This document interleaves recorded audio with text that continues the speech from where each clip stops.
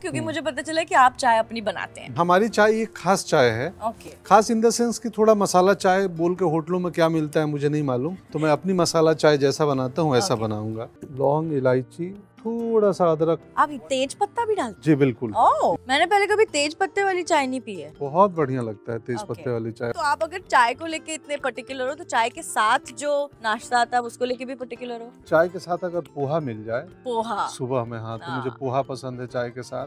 Biscuit नहीं, नहीं, rusk नहीं, नहीं, कुछ नहीं नहीं। नहीं, फैमिली टाइम प्लस में मोस्टली अखबार टाइम। अखबार टाइम, तो आपका टाइम। हाँ, मैं एक हिंदी और एक अंग्रेजी का अखबार रोज पढ़ता हूँ। ओके, डन, बन गई।